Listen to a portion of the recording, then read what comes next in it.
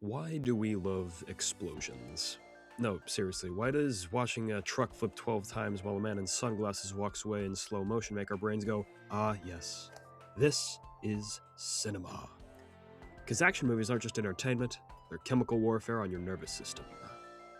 At their core, action films are high-stakes spectacles, fast, loud, and built entirely around physical conflict, punches, chases, stunts. If something isn't moving, exploding, or being dramatically stared at, it's probably getting cut in editing. And the reason we keep watching? Oh, that's simple. Adrenaline. Action movies hijack your primal brain. Your heart rate spikes, your muscles tense, and suddenly you're emotionally invested in a guy defusing a bomb with 3 seconds left, like you personally wired it. But there's a downside. Too much spectacle becomes noise. Too many explosions become Tuesday.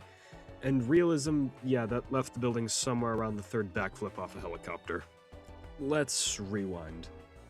Back in 1903, the Great Train Robbery basically invented the blueprint. It had guns, crime, and you'll never guess this, but it had a train robbery. It was groundbreaking at the time. Nowadays, it's adorable. But this tiny little film planted the seed. It stirred something up. Audiences love action. Fast forward to the modern era, and things escalate just a bit. Mission Impossible hits in 1996 and says, what if action was smarter? Suddenly, we're past the point of explosions. We have wire drops, silent heists, and Tom Cruise risking his life for your entertainment and his chiropractor's worst nightmare. Then comes The Dark Knight. Batman is still doing classic action hero things like punching criminals, gliding off rooftops, dramatically disappearing mid-conversation. But the movie around him? Now that's something else. Because the real engine here isn't Batman, it's the Joker.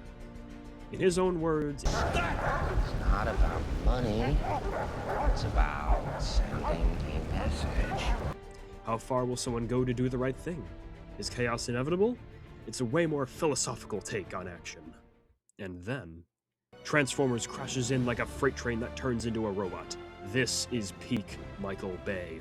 Explosions? Yes. Subtlety? No. Also, at some point, Optimus Prime straight up executes a guy, which isn't very freedom is the right of all sentient beings, but hey, you'd be amazed what you can get away with when everyone's a robot. But then, a challenger appears. Pacific Rim. Giant robots, giant monsters, but instead of cynical chaos like The Dark Knight, it gives us something weirdly wholesome. The big emotional climax? Not a kiss, it's a hug. Take notes, Hollywood. Now, if you've seen one action movie, you've seen the checklist. You've seen the explosions that are purely for vibes, the physics-defying violence, the glowing MacGuffin everyone's chasing, and dialogue like, only you can save us. And of course, the epic speech right before the final battle, because nothing says we're about to win like a monologue that would absolutely get you killed in real life if you were to listen.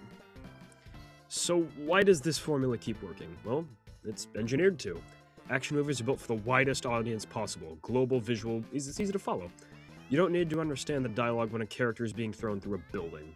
It's constant stimulation, explosions, fights, tension, no time to look away, no time to get bored, and let's be honest, this isn't just storytelling, it's business. A big, loud, global box office business that makes money. Lots of money.